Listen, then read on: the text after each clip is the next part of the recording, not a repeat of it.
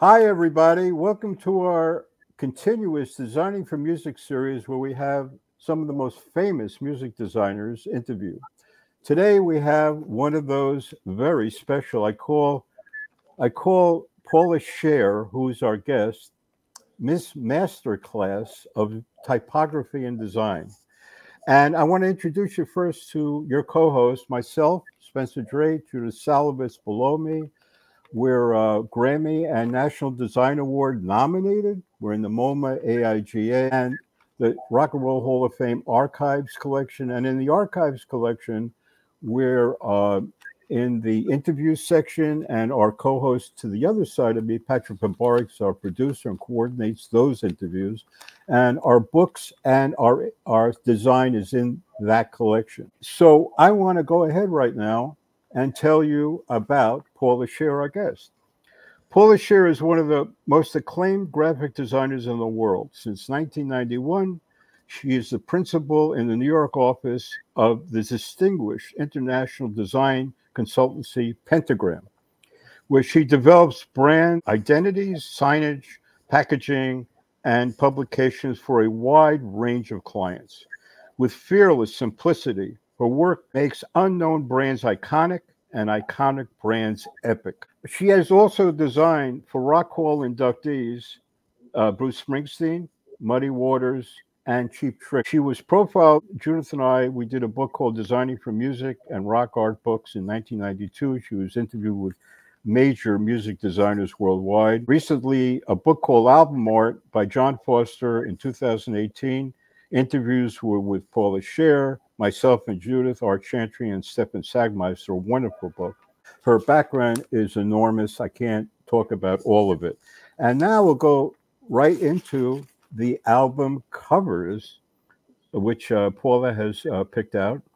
And there's a series we'll start off with one's called H, 1980, the other one called Heads, 1977, Bob James, Earl Klug, One-on-One, 1979, which was Grammy nominated, Wilbert Longmire, Sunny Side Up in 1978, and Touchdown in 1978. And these are visuals that were wraparounds from front to back cover that are gorgeous. Paula, tell me about that series, the concept of that. Well, Bob James was, a jazz artist and didn't really want pictures of himself on his album cover. And he had a terrific series of covers that were a previous set, and he had numbered them all. And they were, I think, 1 through 5, if I have it right. I don't know if I have that memory totally right. And my thinking was that we could create a new series for him that would also be photographic, but they would be objects. And the objects were selected based on the number of the albums. And so I believe the first one was a football. And I think it was, we called the album Touchdown because there were 6 points. And so that you would sort of make an analogy between the object and the number. And that's the way the whole series was designed. The albums were really, really visible in the racks. And they were, of course, in that period of time, the front cover was 12 3/8 by 12 3/8. And the things opened up into larger than life-size objects. And the problem was that at that point in time, jazz was not as big selling as actually it is today. And what happened much later was that long after I'd left the record industry is that hip hop artists started sampling Bob James's music. And so when I run into people of that generation, they never learned the number of the album cover. Like they never learned that, oh, it was the Touchdown was because it was 6 points because it was the 6th album. They just know it's the football. Or they know it's the nickel, or actually the first one had to be 5 because it was the nickel. I don't even know. I still judge things by the cover, but really quite wonderful. There were 19 of them in all. Right. They were all shot by John Paul Endres, except for One-on-One because John Paul Endres was away, and that was shot by Arnold Rosenberg. One-on-One was a matchbook. They're really beautiful covers. They're actually in our Designing for Music book in 1992, that series. 4 of them were in that series. Next is Bruce Springsteen, Darkness at the Edge of Town, a very huge album in 1978. Beautiful photograph, front and back, right? Bruce was terrific to work with. And he came into my office with 2 photographs. I think there were maybe 3 or 4. There were a small group of photographs that were taken by his butcher. Apparently, the butcher actually was a young photographer and became quite well known, and probably largely because of that cover. It was easy selection. It was a serious album for Bruce. It wasn't as playful like the earlier albums, and it wasn't political. Right. It was just sort of his life and his sensibility, and it was a dark album, hence Darkness on the Edge of Town. Right. And the whole feeling of it was somewhat raw, which is why I used that sort of typewriter typography on it, because it couldn't be neat. It had to have a bit of an edge. Yeah. And it just worked very well. And he was a joy to work with. The next one is called Changes 1, Changes 2, Charles Mingus. Now, what's interesting in this, what I want to bring up to people is that your use of typography, it's almost like an art form, the way you make it. Tell us about that album cover. It's a beautiful cover. That was done at Atlantic Records. I worked at Atlantic Records for 1 year.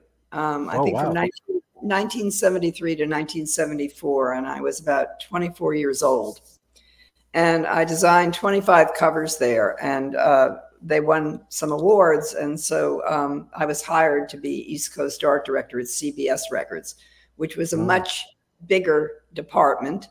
And it had sort of a organization of job responsibilities where I was really responsible for about 150 covers a year. It was really, like we just made them. And when I was at Atlantic, I developed my working style. Atlantic never had the kind of money that CBS had. And it only had 2 people who had true cover approval, which were Ahmet and Nesuhi Erdogan. And Nesuhi Erdogan really ran all the taste decisions of the company, and he was terrific to work with. Oh, great. So Charles Mingus didn't really want his photo on the cover, even though we had a small photo on the back. He wasn't vain that way. And there were 2 albums. It wasn't a 2-record set. It was 2 complete albums, and they were in different packages. And Changes 1 came out 6 months before Changes 2. So I designed them as a series with a type of typography that I continually favor called American Wood Type. And there's a wonderful book by Rob Roy Kelly that shows you all the weights of the fonts. And I've been using it for 50 years. I mean, the public theater is based on that. So much of my work is based on it, because there are these different weights of this very bold and very recognizable form of type that really is a hunk of Americana. And I did the cover by hand. I drew it by hand initially, and then hired a lettering artist and mechanical artist to put it together. The next one, Muddy Waters, I'm Ready, 1978. That was Grammy nominated. And then there's the Muddy Waters Hard Again, 1977. And the illustration work is beautiful on that Grammy nominated album. Phil Hayes, he died a couple of years ago. He's a classic. Oh, wow. He's a classic portrait painter, and really everything he did was glorious. Really, really first rate. Unsung too. The Muddy Waters Hard Again, that's a very nice photograph. That was Avedon. Oh, really? Wow. I worked with Richard Avedon. There's another cover in there, which is the Johnny and Edgar cover together. I loved working with him. He was wonderful to work with, a really true genius and a true gentleman. And Muddy came into Avedon's studio with his hat and coat on, and he was about to, take it off and sit down. And Avedon said, wait, don't do anything. He took Muddy and he sort of pushed him up against the door. He shot, and I'm not exaggerating, 6 pictures. They were like big sort of negatives that came out, and that, you know, Wow. that was one. They were glorious, the front and the back. It's great. Now the next set, I really love this. The Johnny Winter, Edgar Winter Live, 1977. Then we got White Hot and Blue, 1977, and then Raisin Cane in 1980. Now the photographs, I believe on the first two, a really amazing photo. Who did the photography on that? The first photograph was Avedon. That was Johnny and Edgar Winter together. Wow. And you know, they were both albinos, and they had that incredible blonde hair. And yeah. They were like, I would describe them as beautiful animals in that photo. I mean, they just look amazing. And the other photo, I thought the color on it was just spectacular. So we got Eric Gale, another very famous album, Ginseng Woman in 1977 and Multiplication in 1977. Tell us about the illustration on Ginseng Woman. Is very cool. They were both covers were done by an illustrator named David Wilcox, and David had this wonderful style, which was there was sort of this type of primitive realism that existed in the 70s and the early 80s in illustration. There were a lot of illustrators that did it. But when David Wilcox did it, it was really special. It always looked a little bit creepy, even though it was incredibly beautiful. The Ginseng Woman cover, actually somebody called me to interview me about that only this year, because the cover was sort of criticized because there was an electric guitar cord around the painted woman's legs. And people thought it symbolized violence to women, which I'm certainly opposed to. But at the moment I designed the cover, I really never thought about that way, because the cover was illustration, not photography. And it was fantasy world, not real. And it was sort of evocative of kind of the seedy mystery of like 1940s detective films, where there's some kind of an action in a room, and you're looking at it, and there are bodies, or there's somebody there, and you don't know what happened. And it was supposed to be evocative of that kind of film noir aspect. And then also there was an Asian woman, because the title of the album was Ginseng Woman.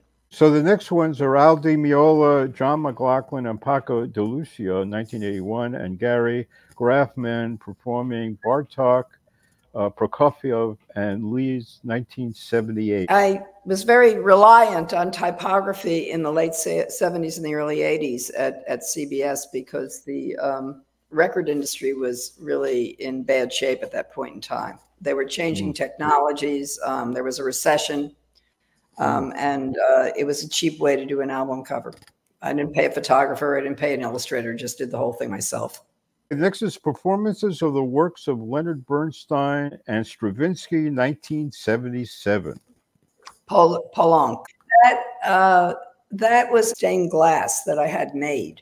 Oh, wow. We made a sketch, and there is a terrific person who builds things. His name was Nick Fasciano. He used to build all the Chicago covers.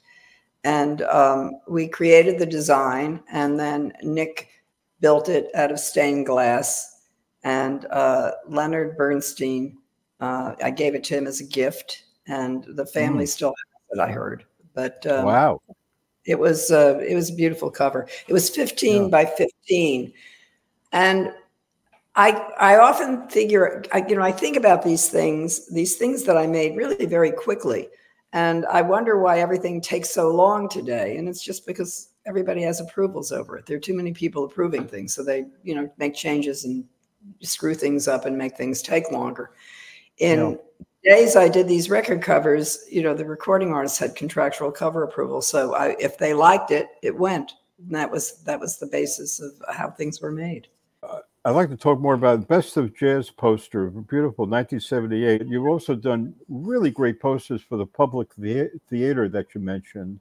And this typography thing is so strong on your posters. The Best of Jazz. That was the first one like that. And oh, really? Wow. Yeah, MoMA took it. I was really surprised. I think I designed it. It came out in 80, but I designed it in 71. And there were about 20 albums that were also designed on that kind of craft paper with that typography for individual artists. And I never saved them because I thought the poster was much better than the covers. But people who've worked for me find them in old record stores and buy them and sort of have returned them to me, which is very sweet. And we'll get into Cheap Trick, another Rock Hall inductee here. Dream Police, which is a very famous album, 1979, and the self-titled, of course, another famous album, 1977. Oh, they were nice guys. I mean, I did, I think 4 or 5 covers with them. And there were a couple like little things that happened as a result of doing the albums that turned into mysteries. For example, on the first album, they also had typewriter type, but their typewriter type was neat. The first album, they had a hit single that was getting airplay, and the company wanted to rush the album out. And we had the covers shot. I think they were shot by Jim Houghton, who was a photographer I worked with a lot at the time. And they had a thing where they had the pretty boys on the front and the goofy boys on the back. That was sort of their style. And this cover was black and white. And then I had to do the liner notes and their lyrics. And there was no time to typeset because remember, this is all pre-computer. So you had to typeset things. So that meant that the copy had to be read, it had to be proofread, it had to be corrected, it had to be sent out to the type house. The type had to come back, and then you made a mechanical of it. And the process took about 2.5 days, and there would be corrections and all of that. They didn't have time to do that. They wanted to rush the album out right away, so I couldn't set type. So I just hand wrote all the liner notes. Oh, wow. The liner notes were put in the album cover. Well, after I did that, that became a thing. And then I did the liner notes on all their albums. So there was this book called 33 1/3, which were about one album. And the major question was, what did it mean? Was it my handwriting inside the album? And what did that mean? And they thought there was some mystical reason for it. And I just said, they were so disappointed when I said, no, there wasn't any more time. Well, now we're getting into a vinyl resurgence. Judith and I are judges every year on the Making Vinyl event. We're very excited about vinyl coming back. And Paula, you must have an opinion on that. Oh, I think it's long overdue. I mean, I left the record industry when they started making CDs. I mean, the form is just not interesting. You know, I get that. And that they made a big deal about that jewel case, that plastic hunk of garbage that you stuck the CD in. You didn't need that. It didn't protect it. It was stupid. No. And the form was sad because the wonderful thing about a record album, even if there isn't the record in it, is that you had something to look at and read and sort of become involved in when you listen to the music. And losing that, I think, was a generational loss. And I love that.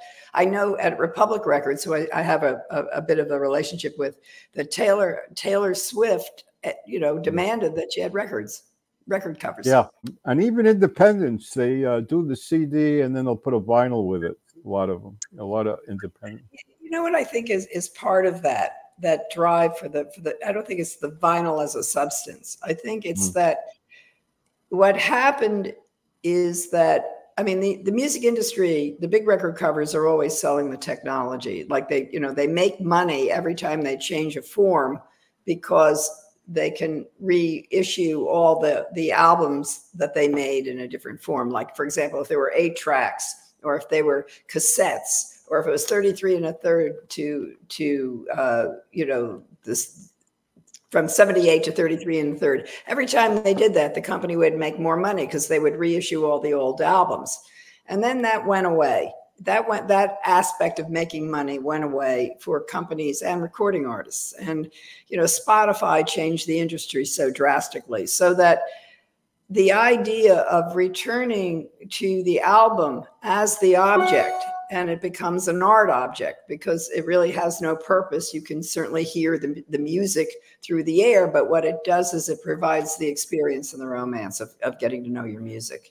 And I'm glad. And I think also just touching, you know, that 12 by 12, like as you're listening to it and you're touching you know, that the image with the art on it, there's a connection that's also created, at least for me. So, but I'm also excited that in this new time of ours, we can also color the vinyl itself.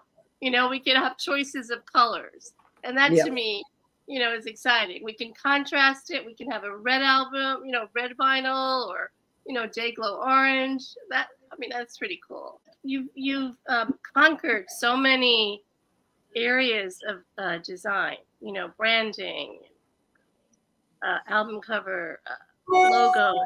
I mean, is there anything that you haven't conquered that you know, you look forward to, something different and new you want to share with us that that's still out there for you? You know, I never get tired of designing. I get tired of repetitive situations, and that has generally to do with how people understand and look and see design, and that's the thing I really want to conquer, to find a way to be able to communicate with somebody who is not, you know, design savvy, and teach them how to see. I wanted to ask what the latest thing that you're working on is. Anything exciting project-wise? Well, I have things that I always do. I can't say that there's something new that's tremendously exciting, except for some work I've been doing with AI, and figuring out how to create visual content that is sort of self-inventing and can be generated as a source, really, of publication.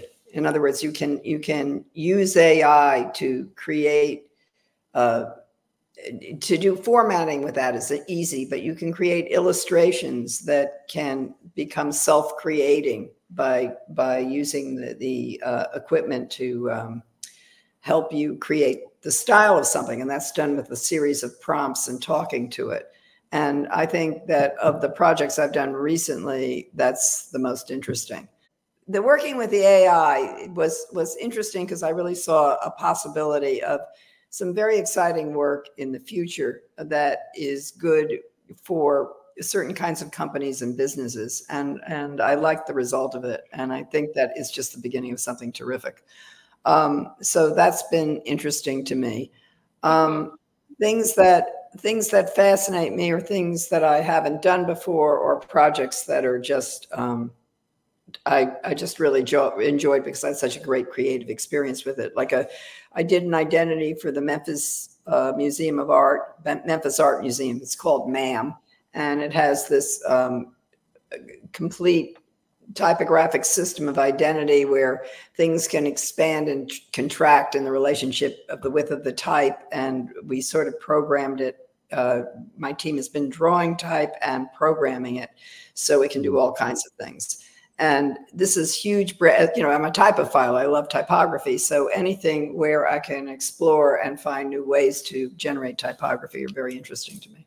Paula, thanks for being on. This is so enjoyable for me and Judith and Patrick. And I love you very much as a person, and you've been really great in the music design area. And it's beyond words, the way I feel about you as a designer and a person.